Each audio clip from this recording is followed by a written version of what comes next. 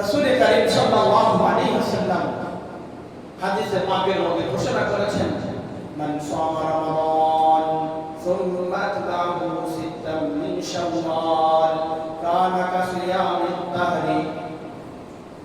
রাসূল কারীম সাল্লাল্লাহু আলাইহি ওয়াসাল্লামের একজন সাহাবী হযরত আবু আইয়ুব আনসারী রাদিয়াল্লাহু তাআলা আনহু, আবু আইয়ুব আনসারী রাদিয়াল্লাহু তাআলা আনহু হাদিস বর্ণনা করতেছেন, আল্লাহ রাসূল সাল্লাল্লাহু আলাইহি ওয়াসাল্লাম বলেন, যে ব্যক্তি রমজানের একটি মাস রোজা রেখেছে অতঃপর এর সাথে সুন্নাত বাহু সিত্তাম মিন শাওয়াল এর সাথে আরো 6টি রোজা রেখেছে বা 6টি রোজা রাখবে, কানা কাসিয়ামিদ দাহরি, বলে তাহলে তাকে পূর্ণ একটি বছর রোজা রাখার প্রতিদান, রোজা রাখার সওয়াব আমি আল্লাহ ওই বান্দার আমলনামার মধ্যে দান করব। সুবহানাল্লাহ।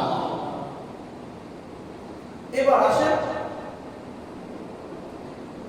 এই 6টি রোজা রাখলে আল্লাহ 365 দিন রোজা রাখার সওয়াব দিবেন। এটা কিভাবে? এটা হিসাব তো দিতে হবে, বুঝতে হবে। মানুষ ব্যবসা বাণিজ্য করে বোঝে, লাভ দেখে, তারপরে কাজ করে। আমরা তো নগদ দেখলে শুধু যেটা নগদ দেখা যায়, কাঁচা টাকা ওটা পিছনে দৌড়ে, লাভ না দেখলে আর ওটার পিছনে ছুটি না। রাসূল কারীম সাল্লাল্লাহু আলাইহি ওয়াসাল্লাম বলেছেন, মান সামা রমাদান, যেই ব্যক্তি রমজানের রোজাগুলো রাখলো, রমজান মাসে কয়টা রোজা হয়? 30টি রোজা। যে ব্যক্তি 30টি রোজা রাখলো, আগের কোরআনে কারীমের সূরা আনআমের আয়াতের মধ্যে আমরা পেয়েছি আল্লাহ বলেন যে রমজানের বাহিরে যখন তোমরা কোনো একটি ভালো কাজ করবে, একটি ভালো কাজের বিনিময়ে তোমাদেরকে 10টি প্রতিদান, 10টি সওয়াব তোমাদের দেওয়া হবে। সুবহানাল্লাহ। একে 10 গুণ। এখন প্রশ্ন হলো, একে যদি 10 গুণ হয়, তাহলে যদি কেউ 10টি রোজা রাখে তাহলে 100, যদি কেউ 20টি রোজা রাখে তাহলে 200, 300 রোজা, কেউ যদি 30টি রোজা রাখে তাহলে 300 দিন রোজা রাখার প্রতিদান আল্লাহ তাআলা আমল দিয়ে দিয়েছে। একে 10 গুণ। আর রমজান মাসে তো একটি ফরজ আদায় করলে অন্য মাসের 70টা ফরজ আদায় করার সওয়াব আল্লাহ তাআলা, একটি নফল আদায় করলে অন্য মাসের একটা ফরজ ইবাদতের সওয়াব আল্লাহ বান্দার আমলনামার মধ্যে দিয়ে দেয়। এটা বিষয় ভিত্তিক, এটা আমলের মৌসুম, আমল অনুযায়ী যখন যে আমল যেই প্রেক্ষাপট আসে ওই অনুযায়ী আল্লাহ বান্দাকে প্রতিদান প্রদান করে। এটা যেহেতু রমজানের বাহিরে, আল্লাহ বলতেছেন তাহলে 30 দিন রোজা রাখার কারণে 30 গুণ, যদি 10 গুণ দেন, 10 গুণ 10 তাহলে 300 দিন। আর শাওয়াল মাসে 6টি রোজা যদি রাখে তাহলে 6 10 60, তাহলে 360 দিন রোজা রাখার সওয়াব আল্লাহ বান্দাকে প্রদান করবে। সুবহানাল্লাহ। 365 দিন না বছর হয়, মানে চন্দ্র মাস হিসাবে, চাঁদের মাস হিসাবে গণনার দিক দিয়ে 360 দিন হয়, বা 358 বা 59 দিন হতে পারে। আর আমরা যারা ইংরেজি মাস গণনা করি, ইংরেজি মাস গণনা হিসাবে 365 দিন হয়। তো আমরা যেহেতু চাঁদের হিসাবে রোজা রাখি, চাঁদের হিসাবে রোজা ভাঙি, সেক্ষেত্রে রাসূলুল্লাহ সাল্লাল্লাহু আলাইহি ওয়াসাল্লাম বলেছেন, মাহে রমাদানের যে রোজা, এই রোজাগুলো কেউ যদি পরিপূর্ণ করার পরে সুন্নাত বাহু সিত্তাম মিন শাওয়াল, এরপরে শাওয়ালের 6টি রোজা যদি কোনো আল্লাহর বান্দি রাখে তাহলে 360 দিনের রোজা রাখার সওয়াব আমি আল্লাহ বান্দার আমলনামার মধ্যে রেখে দিয়েছি। সুবহানাল্লাহ।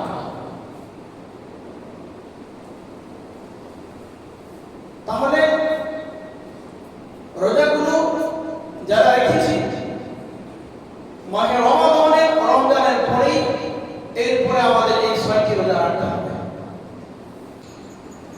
সর্বশেষ এই শাওয়াল মাসের যদি কেউ রোজা রাখে তাহলে তাদের একটি বড় প্রতিদান হলো, বড় সওয়াবের বিষয় হলো,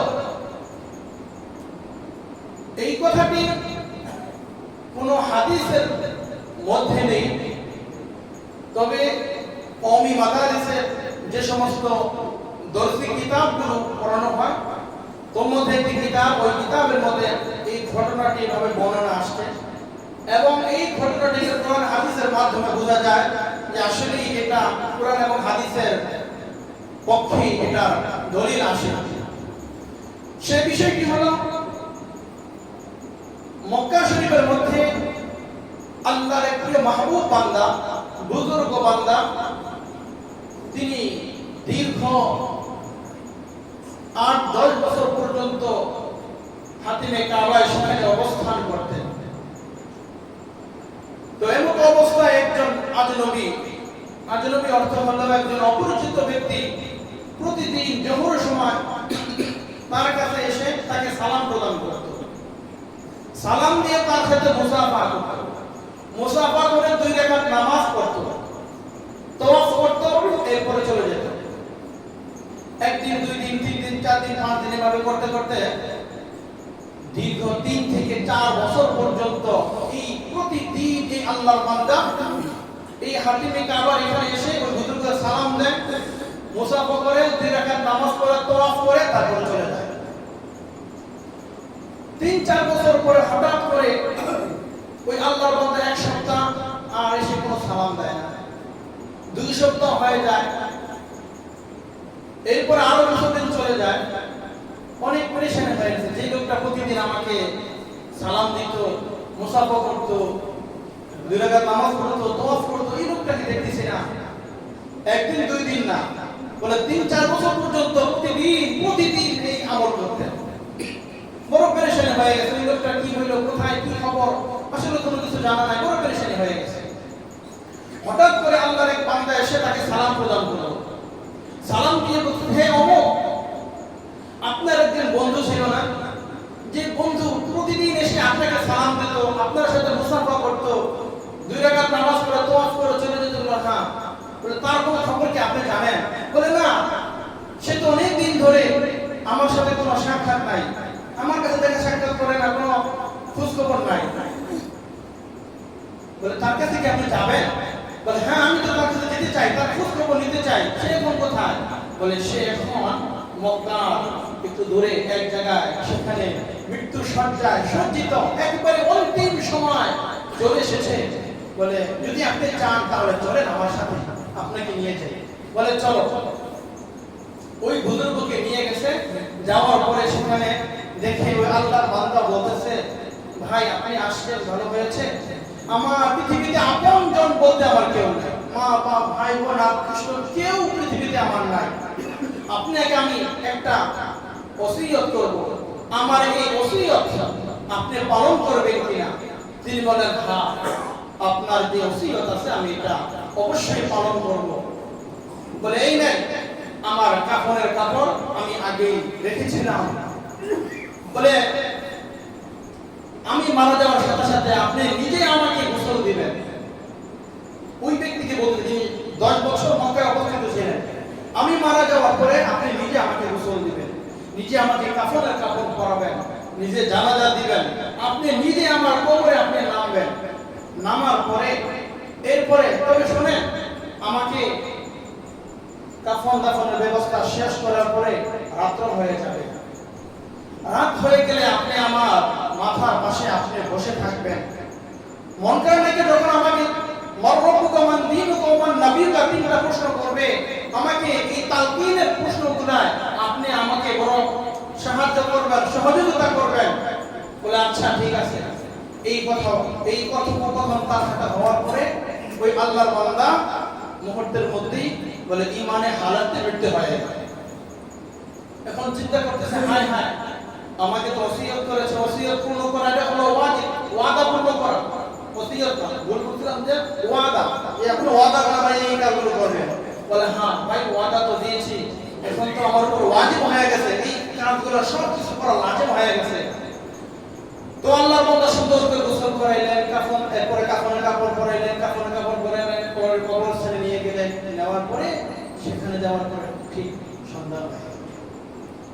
তাকে এবার কবরে রাখলেন মাটি দিয়ে, এবার তার মাথার পাশে বসে রইলেন। মাথার পাশে বসে থাকার পরে দীর্ঘ সময় চলে যাচ্ছে, রাত গভীর হয়ে যাচ্ছে, এবং হঠাৎ করে তার তন্দ্রা ভাব আসছে, ঝিমানি আসছে। হঠাৎ করে এমন সময় গায়বী এক আওয়াজ আসছে, ইয়া আব্দুল্লাহ, হে আল্লাহর বান্দা, লা হাজাতাকা লিতালকিনিকা, হে আল্লাহর বান্দা, তোমাকে এই কবর যাকে সমাধিত করেছ, এই কবরের অধিবাসী তাকে সাহায্য করার জন্য তোমাকে বসে থাকতে হবে না। তুমি তোমার ইবাদতখানায় চলে যাও, যেখানে মক্কাতে তুমি 10 বছর অবস্থান করতেছিলে, ইবাদত করতেছিলে, সেই রবের ইবাদত তুমি গিয়ে করো। জনমানবহীন শূন্য এলাকা, এমন এক গায়বী আওয়াজ আসলো। তিনি মনে করলেন হয়তো শয়তানিরা আমাকে শোনাচ্ছে, দ্বিতীয়বার আমার এই আওয়াজ আসছে, আল্লাহর বান্দা, তুমি এখান থেকে তোমার ইবাদতখানায় চলে যাও, তোমার কোনো চিন্তা টেনশন করতে হবে না। দ্বিতীয়বার আওয়াজ আসার পরে বলতেছে,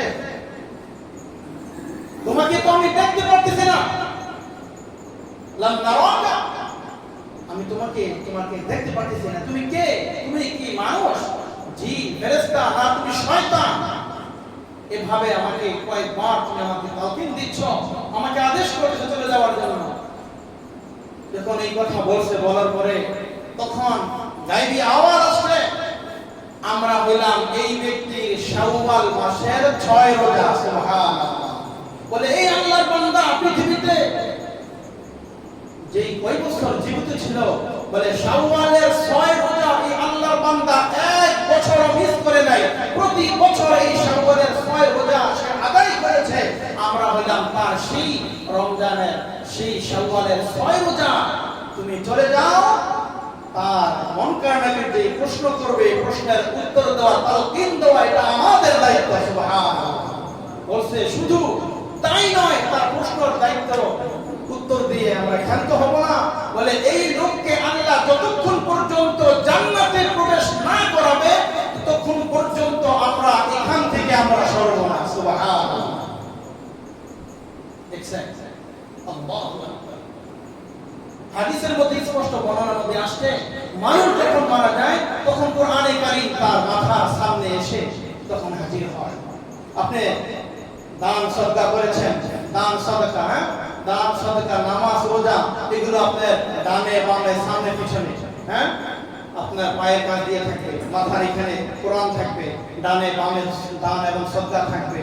যখন প্রশ্ন করবে, মন্ত্রণাকে আসবে, হাদিসের ভাষ্য যে ভাই আমরা তাকে প্রশ্ন করব, ইয়াকরাউনি আলাইহি, যখন 40 কদম দূরে আসার পরে আমরা যখন মারা যাব, আমাদের কোথায় হয়, হ্যাঁ, চক্ষু বিশিষ্ট একটি এসে আমাদের কোথায় আমাদের প্রশ্ন করবে। বলতেছে এই প্রশ্ন যখন করবে, তোমরা কারা, তোমরা সরে যাও, মাথার দিক দিয়ে আসবে, কোরআন বলবে তোমার কি প্রশ্ন করার প্রশ্ন করো, পরে তুমি এখান থেকে যাও, আমাদেরকে প্রশ্ন করার সুযোগ করো। বলতেছে না, কি প্রশ্ন আছে তুমি করো। ডান দিক থেকে যাবে, রোজা বলবে, তোমার কি একই কথা বলবে, দান সদকা একই কথা বলবে, সর্বশেষ সবার সম্মিলিত এই কথা বলবে যে তোমাদের কি প্রশ্ন আছে তোমরা করো। বলে এই আল্লাহর বান্দাকে জান্নাতে না পৌঁছানো পর্যন্ত আমরা 4 গ্রুপের এক গ্রুপ আমরা এখান থেকে বিন্দুমাত্র চলব না। তাহলে হাদিসের স্পষ্ট হাদিসে বলা নাই, এই হাদিসের মাধ্যমে স্পষ্ট আমাদের এই কথা বুঝে আসলো যে আমাদের দান সদকা, আমাদের নামাজ, আমাদের রোজা, এগুলো আমাদের জন্য নূর হবে, এগুলো আমাদের জন্য বড় বড় আমলের একটা পুঁজি হবে। তাহলে আল্লাহ রাসূল সাল্লাল্লাহু আলাইহি ওয়াসাল্লাম বলেছেন যে এই হাদিসের মাধ্যমে স্পষ্ট বোঝা যায় মানুষের নেক আমল বান্দাকে সাহায্য সহযোগিতা করবে। সুতরাং তোমরা যদি এই শাওয়ালের 6টি রোজাও যদি তোমরা রাখো, তাহলে হয়তোবা এই রোজা তোমাদেরকে আল্লাহ তাআলার কাছে আবেদন করে, বলে তোমাদের জন্য সব কিছু সহজ করে তোমাদেরকে খোদার তরি জান্নাতে পৌঁছায় দেবে। সুবহানাল্লাহ। অনেক লম্বা সূরা, হ্যাঁ, মানে শাওয়ালের এই রোজা আল্লাহ রাব্বুল আলামিন আমি সহ সকলকে এই শাওয়ালের মাসের যে আমল আছে এবং যে রোজার বিধান আছে, এগুলো যেন আমরা পরিপূর্ণভাবে রাখতে পারি এবং এর হক আদায় করতে পারি। রব্বে কারীম আমাদের সকলকে সেই তৌফিক আল্লাহ তাআলা দান করুন। সকলে বলুন আমিন। এবং আমরা যে সিয়াম সাধনা করেছি, যে রোজা রেখেছি, যে তারাবি করে আদায় করেছি, আল্লাহ আমাদের যাবতীয় সমস্ত আমলগুলা তার শাহী দরবারে কবুল আর মঞ্জুর করেন। সকল বলুন আমিন।